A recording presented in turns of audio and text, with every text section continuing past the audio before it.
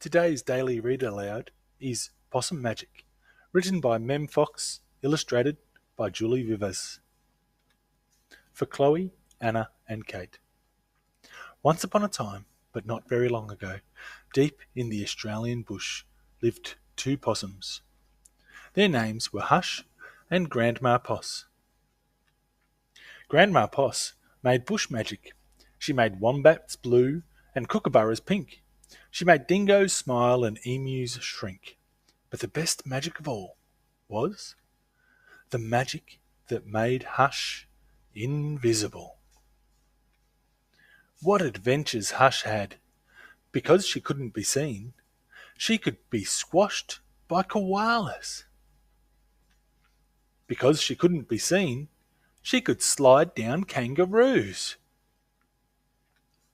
Because she couldn't be seen, she was safe from snakes, which is why Grandma Poss had made her invisible in the first place.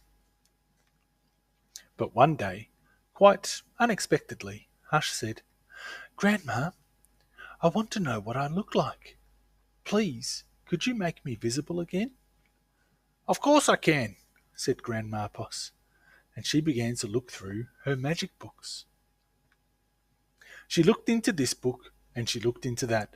There was magic for thin and magic for fat, and magic for tall and magic for small, but the magic she was looking for wasn't there at all. Grandma Poss looked miserable. "Don't worry, Grandma," said Hush. "I don't mind." But in her heart of hearts, she did. All night long, Grandma Poss thought and thought. The next morning, just before breakfast, she shouted, "It's something to do with food. People food, not possum food. But I can't remember what. We'll just have to try and find it." So later that day, they left the bush where they'd always been to find what it was that would make Hush seen. They ate Anzac biscuits in Adelaide, Mornay and Minties in Melbourne, steak and salad in Sydney, and pumpkin scones in Brisbane. Hush remained invisible. "Don't lose heart," said Grandma Poss. "Let's see what we can find in Darwin." It was there, in far north of Australia, that they found a Vegemite sandwich.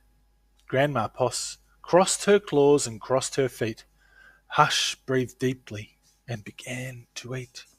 "A tail! A tail!" shouted both possums at once, for there it was, a brand new visible tail. Later, on a beach in Perth, they ate a piece of pavlova. Hush's legs appeared.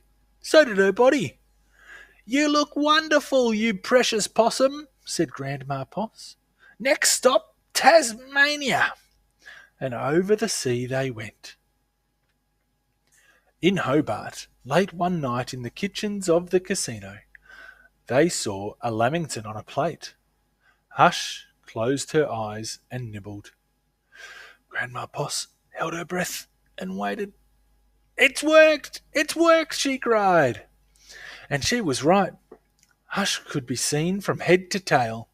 Grandma Poss hugged Hush, and they both danced. "Here we go round the lamington plate," till the early in the morning.